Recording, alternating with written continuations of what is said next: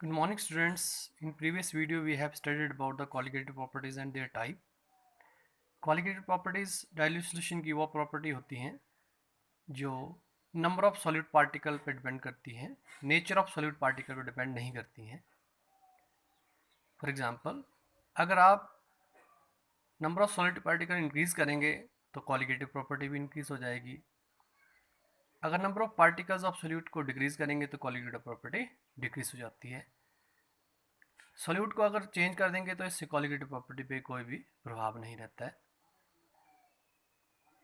By knowing the colligative property of solution, by determining the colligative property of solution experimentally, we can determine molecular mass of the solute, and it is found that molecular mass of solute is always inversely proportional to the colligative property.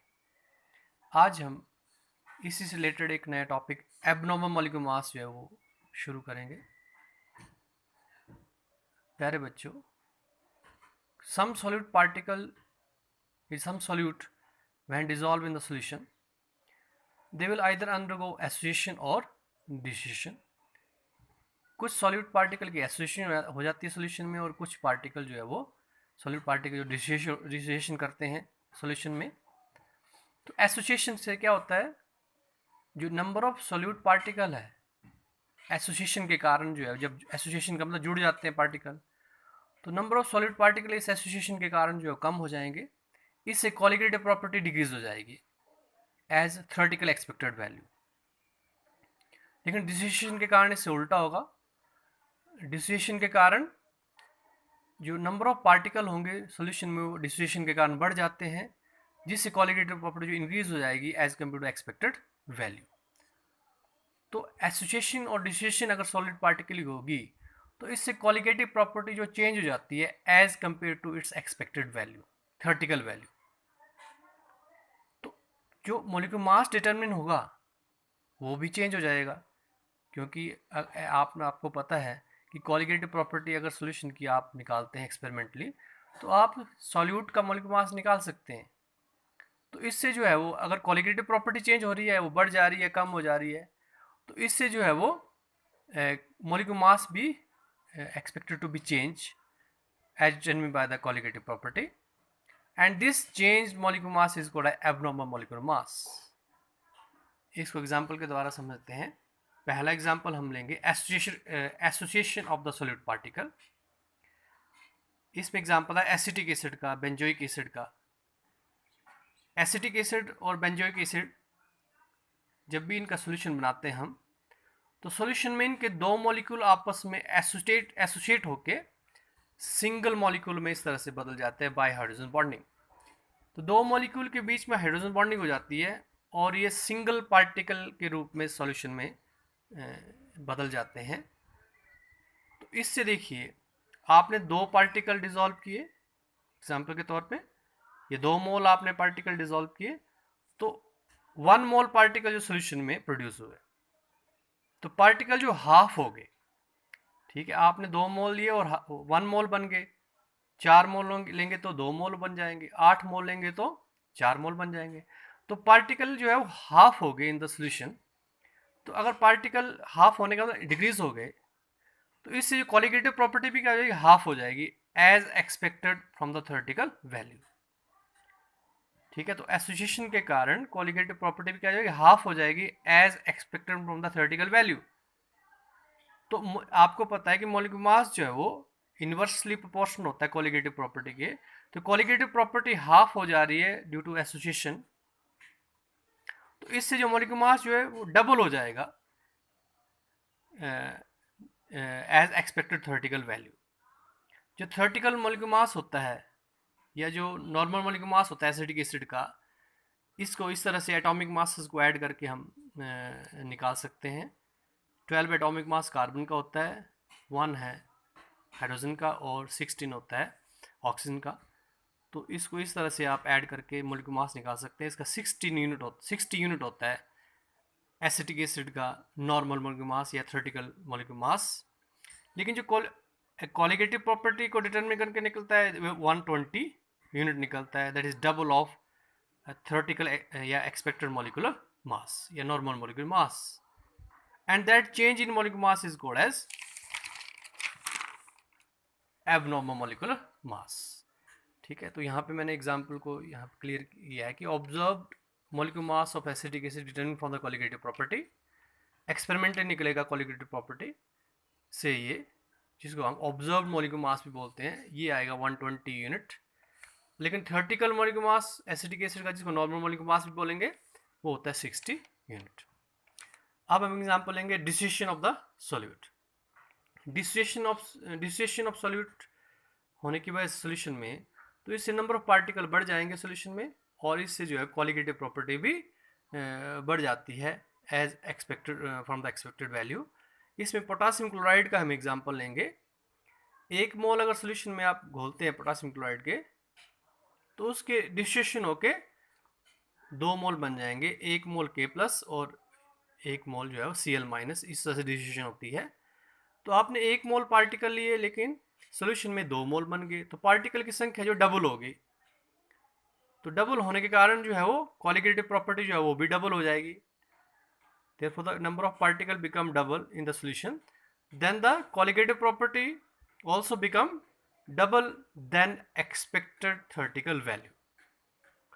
तो अब यहाँ पे colligative property double हो जा रही है, और इससे जो मोलिकुलर मास जो है colligative property के इन्वर्सली पोर्शन होता है, तो colligative property अगर डबल हो जाती है तो मोलिकुलर मास जो है हाफ हो जाएगा as expected the normal theoretical value।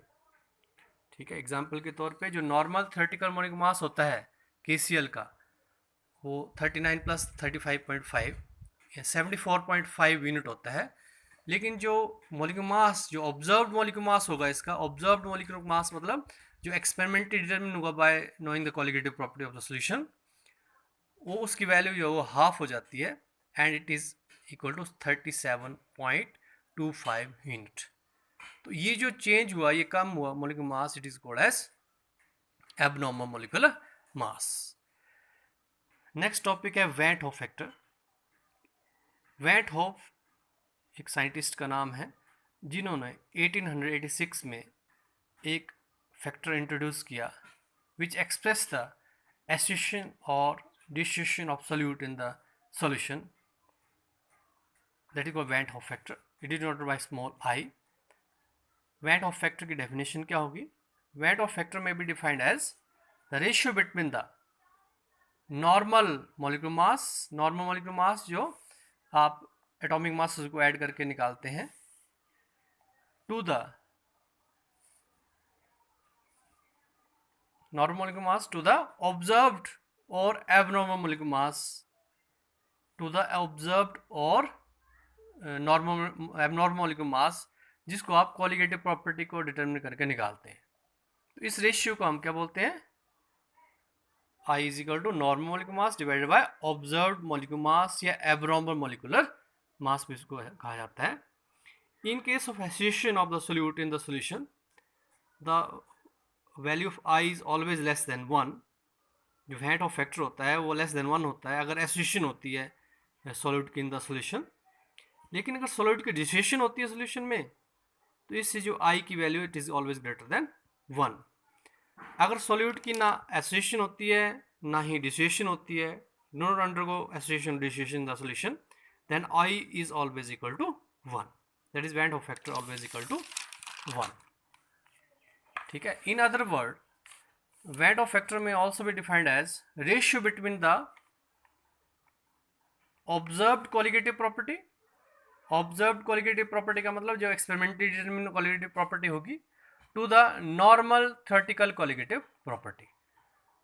Normal theoretical colligative property का जैसे 1 मोल आप घोल रहे हैं, वहाँ पे हो जा रहे हैं 2 मोल, तो 1 मोल के हिसाब से जो कोलिगेटिव प्रॉपर्टी थ्योरेटिकली हम निकालेंगे that is normal colligative property, और जो एक्चुअल निकालेंगे मीन्स एक्चुअल में तो 2 मोल हो गए हैं डिसोसिएशन के कारण, तो that will be observed colligative property. और इस रेशियो को हम क्या बोलते हैं? वैन होफ फैक्टर इसको कहा जाता है।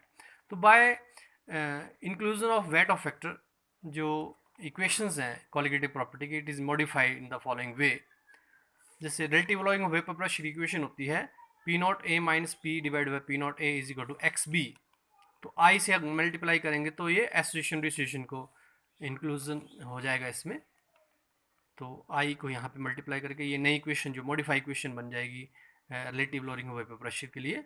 एलिवेशन ऑफ बॉइलिंग पॉइंट के लिए delta T b is equal to i into K b into m, और इसी तरह से डेल्टा टी एफ के लिए i into K f into m, और ऑस्मोटिक प्रेशर के लिए pi is equal to i C R T. ये जो क्वालिटेटिव प्रॉपर्टी 4 होती है, इनकी सारी मॉडिफाइड जो इक्वेशंस है इस तरह से लिखी जा सकती हैं। अब नेक्स्ट लेंगे हम relation between the I and the extent of association और डिसोसिएशन, या डिग्री ऑफ एसोसिएशन और dissociation. Degree of association dissociation को जो अल्फा से डिनोट किया जाता है, तो अल्फा और आई में रिलेशन क्या होता है, पहले हम डिग्री ऑफ डिसोसिएशन के साथ लेंगे। Alpha is always equal to I in -1 divided by n -1। ये alpha that is degree of dissociation जिसको बोलते हैं, और I that is van't Hoff factor के बीच में रिलेशन है। इनको के न्यूमेरिकल्स में यूज किया, इस रिलेशन को यूज किया जा सकता है। n यहाँ पे number of molecules after dissociation, dissociation के बाद कितने मॉलिक्यूल्स बन गए, दैट इज n जो है उसको डिनोट कर रहा है। डिग्री ऑफ एसोसिएशन में अगर अल्फा डिग्री ऑफ एसोसिएशन है, तो इसका जो रिलेशन है फिर alpha is equal to i -1 divide by 1 by n -1। And यहाँ पे n क्या है, number of molecules associated in the solution. ठीक है, number of molecule associated in the solution, n note करें। तो ये जो रिलेशंस है इंपॉर्टेंट है, न्यूमेरिकल्स में ये रिलेशन जो है यूज हो सकते हैं। Thank you.